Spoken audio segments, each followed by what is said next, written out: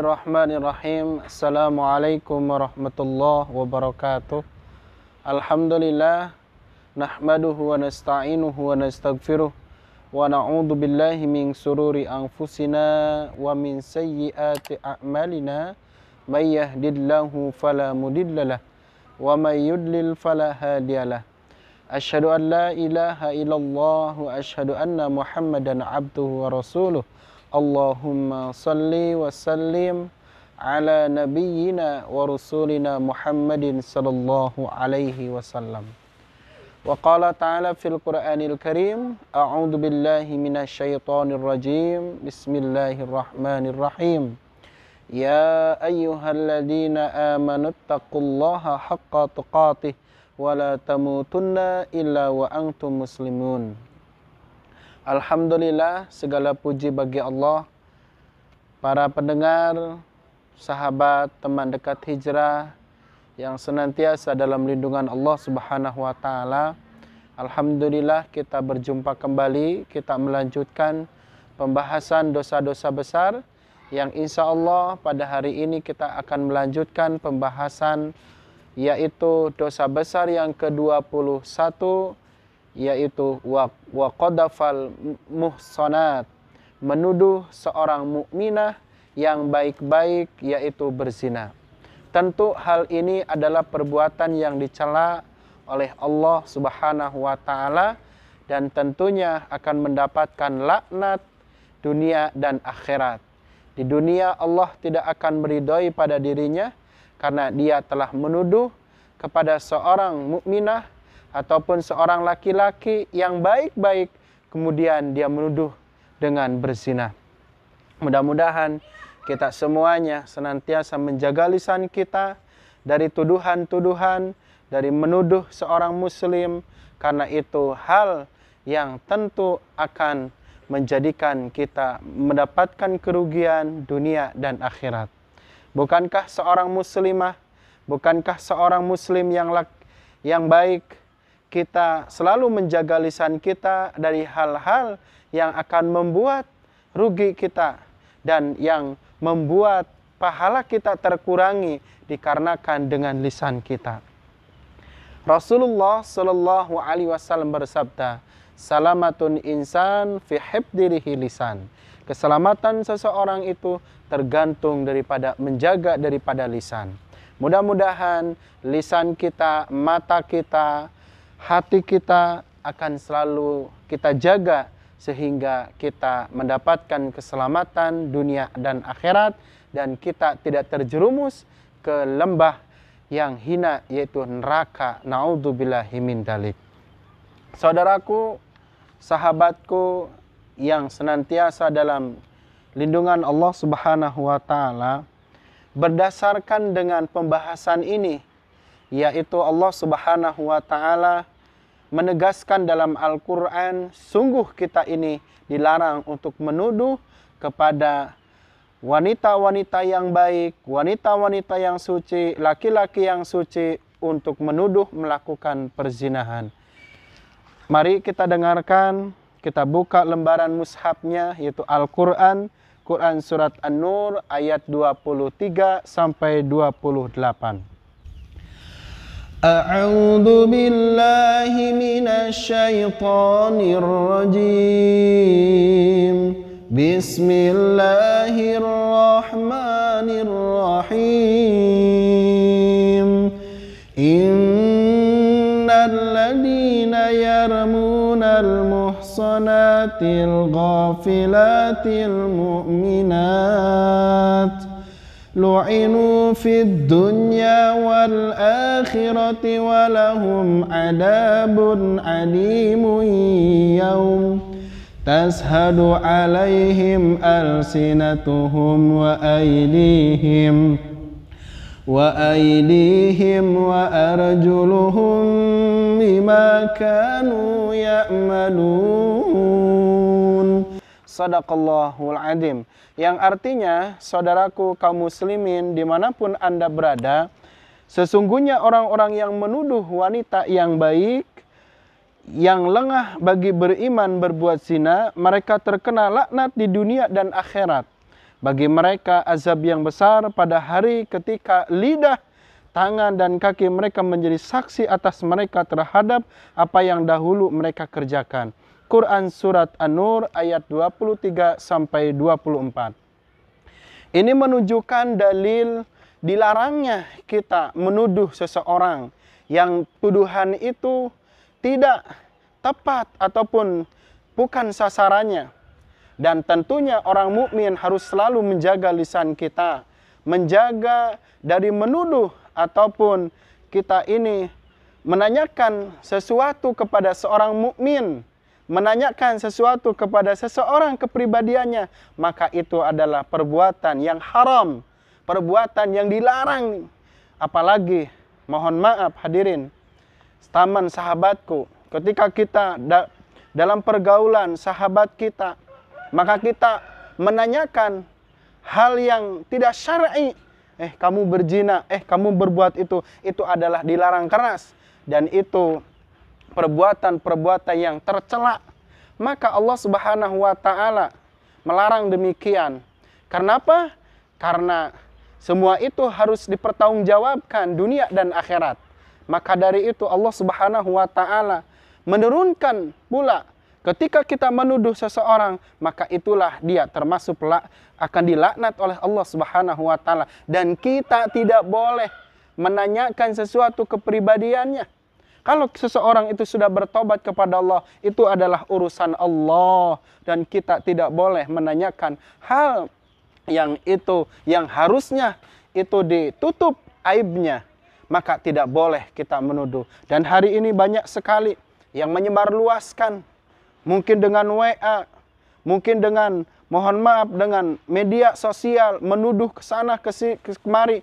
Dan itu adalah Masya Allah, yang nantinya ketika kita diwafatkan oleh Allah, mungkin yang dituduh itu tidak benar, amalnya itu akan diambil, amal yang menuduh itu. Dan sehingga kita ketika di padang mahsyar, ketika diadili, ya Allah, kenapa amal saya ini menjadi kurang? Allah memberitahukan, karena engkau menuduh kepada seseorang, bahkan engkau menyebarluaskan. Na'udzubillahi min dzalik. Yuk teman-teman, teman sahabatku, teman dekat hijrah yang dimuliakan oleh Allah Subhanahu wa Ta'ala, jangan sekali kita menuduh, apalagi menuduh perempuan mukminah, yaitu berzina, laki-laki yang saleh, untuk menuduh seperti itu. Maka Allah Subhanahu wa Ta'ala berfirman agar kita senantiasa terjaga dari lisan kita. Allah Subhanahu wa Ta'ala berfirman dalam Quran Surat An-Nur ayat 4. A'udzu billahi minasy syaithanir rajim. Bismillahirrahmanirrahim.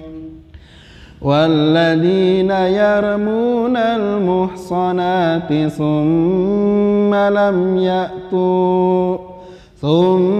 لَمْ يَأْتُوا بِأَرْبَعَةِ شُهَدَاءَ فَاجْلِدُوهُمْ 80 جَلْدَةً وَلَا تَقْبَلُوا لَهُمْ شَهَادَةً أَبَدًا وَأُولَٰئِكَ هُمُ الْفَاسِقُونَ. Shadaqallahul Adzim. Yang artinya bahwa, dan orang-orang yang menuduh wanita-wanita yang baik berbuat zina dan mereka tidak mendatangkan 4 orang saksi, yaitu ya'tu bi arba'ati syuhada, maka datangkanlah 4 orang saksi. Ketika seseorang itu, bahkan para ulama mengatakan, ketika dia pun melihat tidak ada 4 orang saksi, kemudian dia mengadilinya, maka itu dalam mahkamah, dalam semua persidangan itu tidak akan diterima kesaksiannya. Yang seharusnya ketika dia sudah bertobat, maka sudahlah.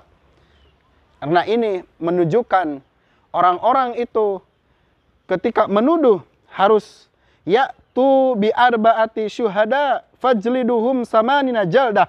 Maka orang yang menuduh itu harus dicambuk 80 kali dera, dan janganlah kamu terima kesaksian mereka untuk selama-lamanya, dan mereka itulah orang-orang yang fasik. dalam ayat ini sudah jelas bahwa kita dilarang dan kita dilarang keras untuk menuduh seseorang, untuk menuduh yang keji. Dan ini perbuatan ini yang kalau dia itu tidak punya saksi, yaitu arba'atu syuhada, 4 orang saksi, maka itu didera 80 kali deraan. Naudzubillahi min dalik. Dalam hadis Rasulullah sallallahu alaihi wasallam, maka kesaksiannya itu kalau tidak sampai 4 maka gugur kesaksiannya. Di dalam sahih disebutkan bahwa Rasulullah sallallahu alaihi wasallam bersabda, jauhilah oleh kalian 7 dosa yang membinasakan, di antaranya adalah beliau menyebutkan yaitu menuduh berbuat zina kepada wanita-wanita baik yang lengah lagi beriman.